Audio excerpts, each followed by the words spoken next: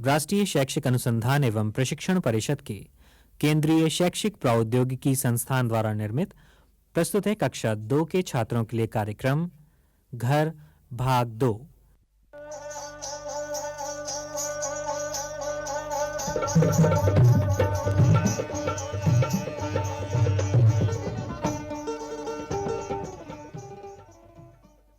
जानते हो कल क्या हुआ? तुम्हें घर की कहानी सुनाकर मैं चींटी के बिल में घुस तो गई। फिर मैंने सोचा घर की पूरी कहानी तो बच्चों को सुनाई ही नहीं, तो बस किसी तरह लंबी सुरंग जैसे चींटी के बिल में से निकलकर तुम्हारे रेडियो में चली आई। अब तुम पूछोगे चींटी का बिल कैसा होता है? क्या चूहे के बिल जैसा? भाई चूहे के बिल में घुसकर तो अभी हमने नहीं देखा, पर हाँ किसी दिन हम, तुम और गुरुजी नन्ही मुन्नी चींटियां बनकर चींटियों के बिल में घुसकर देखेंगे कि वो कैसा होता है।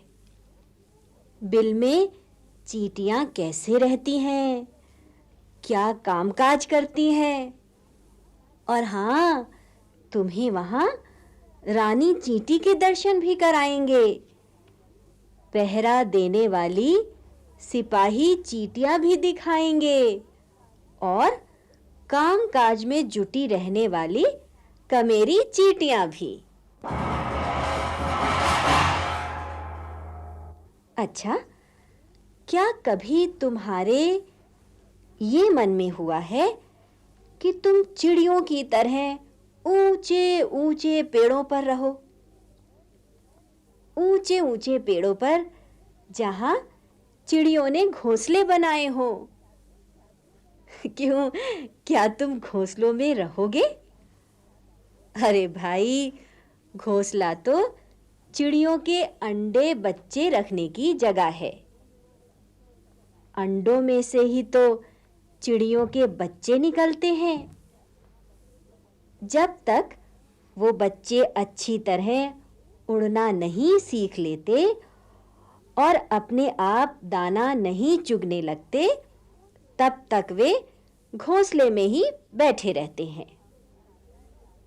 हम और तुम जाकर किसी घोंसले में अगर बैठ गए तो उसमें रखे अंडे दबकर फूट जाएंगे। हम क्यों करें ऐसी बुरी बात? अच्छा चलो, अब एक खेल खेलते हैं। गाय तो तुम सबने देखी है ना? देखी है। कैसे बोलती है गाय? बां। तुम सब भी गाय की तरह रंभा कर दिखाओ। रंभाओ रंभाओ। बां, बां, बां। अब करो अपनी आंखें बंद।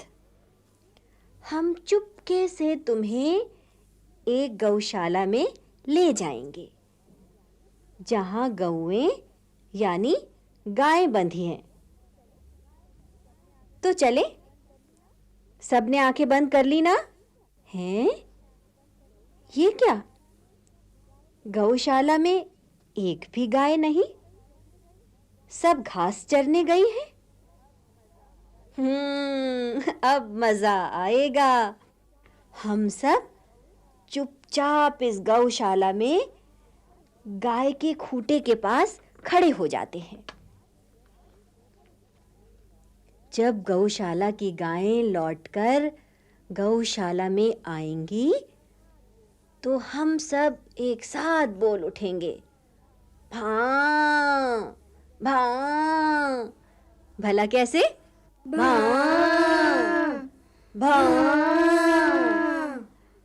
बस फिर क्या है, सब गायें सोचने लगेंगी कि गौशाला में ये और गायें कहां से आ गईं।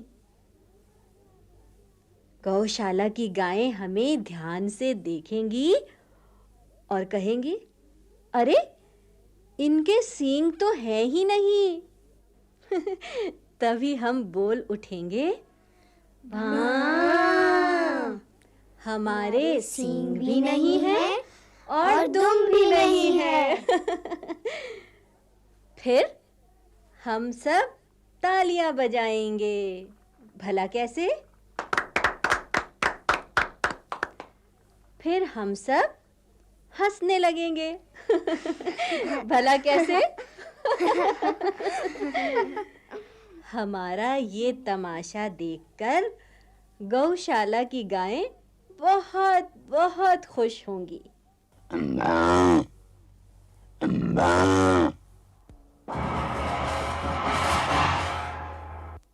इसी तरह एक दिन हम किसी बाड़े में जाकर मैं करके अपना तमाशा भेड़ बकरियों और बाड़े के सभी पशुओं को दिखाएंगे। भेड़ बकरियां खूब खुश होंगी।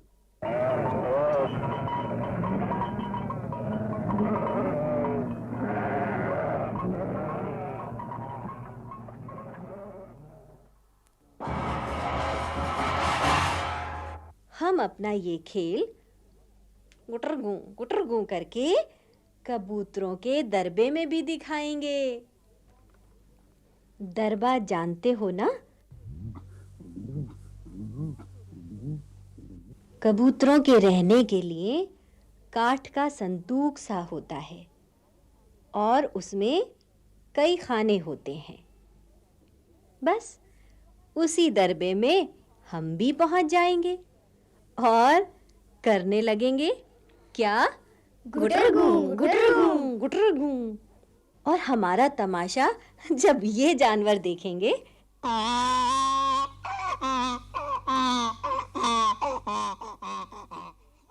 अरे ढेंचू ढेंचू की आवाज सुनकर तो हमें पता ही नहीं चलेगा कि गधे हमारा खेल देखकर खुश हुए हैं या नहीं। पूछना पड़ेगा एक गधे से, गधे जी, ये आपके खुश होने की आवाज है या नाराज होने की?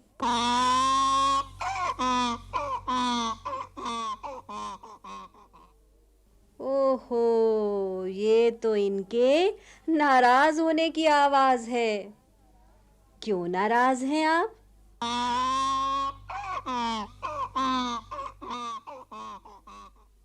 समझी, आप इसलिए नाराज हैं कि गधों को अस्तबल में क्यों नहीं रखा जाता जहां घोड़ों को रखते हैं। भाई गधे जी, हम तो गधे और घोड़े दोनों को ही प्यार करते हैं। आप कक्षा के इन बच्चों से नाराज ना हो। आप जो चाहेंगे वही हम लोगों से कह देंगे। बताइए, आप क्या चाहते हैं?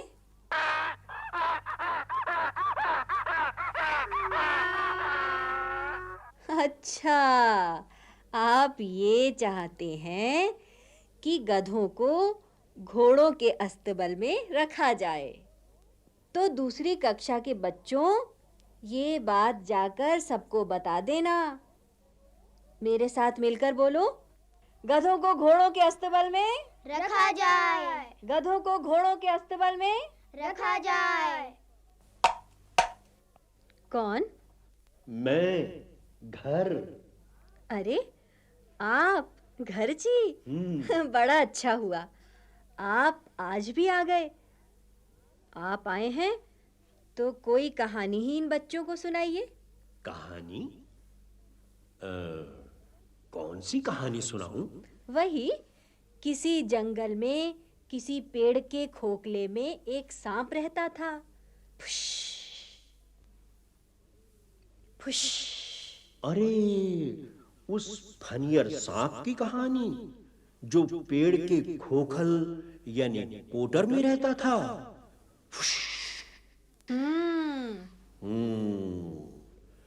उसी पेड़ पर कौवी का घोंसला था और उस घोंसले में कौवी ने दिए थे अंडे। हाँ, तो सांप अपने कोटर में से निकलकर पेड़ पर चढ़ता और घोंसले में रखे कौवे के अंडे खा जाता। ऐसा एक बार, दो बार नहीं, 3 बार हो चुका था। इस बार जब कौवी ने अंडे दिए तो कौवा अपने दोस्त गीदड़ के पास गया। उसने उस कोटर में रहने वाले सांप की ये शैतानी बताई। तो क्या गीदड़ ने कोई तरकीब बताई कौवे को? बताई बताई। गीदड़ ने कौवे के कान में कहा, ऊ, ऊ,